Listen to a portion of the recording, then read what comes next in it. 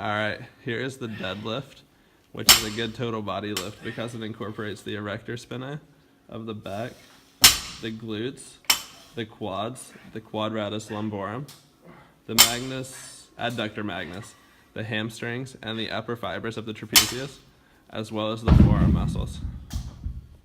For this one, we have a barbell squat, which is one of the best lifts for the lower body because it incorporates so many different muscle groups.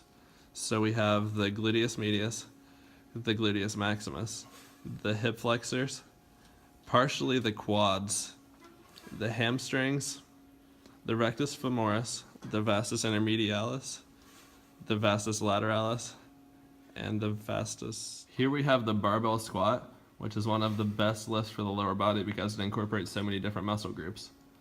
In this lift, we use the glutes, the hip flexors, partially the quad muscles, the hamstring muscles of the semimembranosus, semitendinosus, and biceps femoris, the rectus femoris, the three vastus muscles, including the vastus intermedius, the vastus lateralis, and the vastus medius, and the core stabilizes throughout the lift.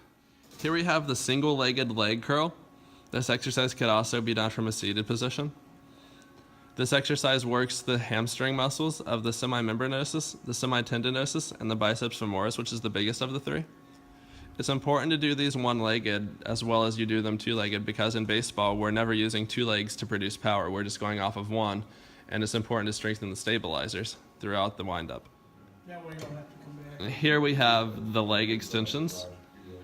This workout works the four quad muscles, so the rectus femoris, the vastus intermedius, the vastus lateralis, and the vastus medius. Now what I'm going to do, you can't turn off the lights. It's important to do these one-legged as well as we talked, and that is done by this way.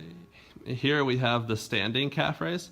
This can also be done with the squat machine or really anything with a standing weight. Here we're working the gastrocnemius because the knee is in a straight position and isn't flexed.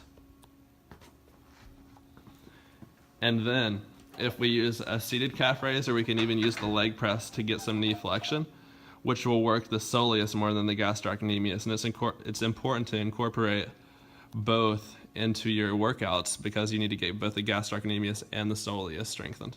Here we have an exercise called the cruncher, which is done by first crunching the body up into a seated position. That'll work the transverse abdominis as well as the rectus abdominis. And then when you get to the top, you will notice that he is rotating from left to right. That incorporates the internal obliques as well as the external obliques into the exercise, so we're actually getting 4 different muscles into one exercise. Here we have the high to low cable chop. At first, when he first grabs the weight, he is using the deltoids as well as the transverse abdominis to stabilize and hold the weight, and he's also using those throughout the motion. But the main focus of this lift is on the internal and the external obliques, which are done on the rotational aspect of the lift. This exercise is called the back extension. The main muscle group used during this is the erector spinae muscle group. Now we don't want to overextend and hyperextend the back. Here, Dare, show me a hyperextension of the back. We don't want to do that because that teaches the back to hyperextend. And then when we start doing our actual athletic event, our back is more likely to do that and cause damage to the musculature of the back. Okay, this is the barbell bench press. During this lift, the main focus is on the pectoralis major and the pectoralis minor. However, the triceps and the deltoids are also used to stabilize during this lift. And finally, the coracobrachialis is also activated during the course of the lift. Here we have the bicep curls. The primary focus of the bicep curl is on the biceps of the arm, so the biceps brachii.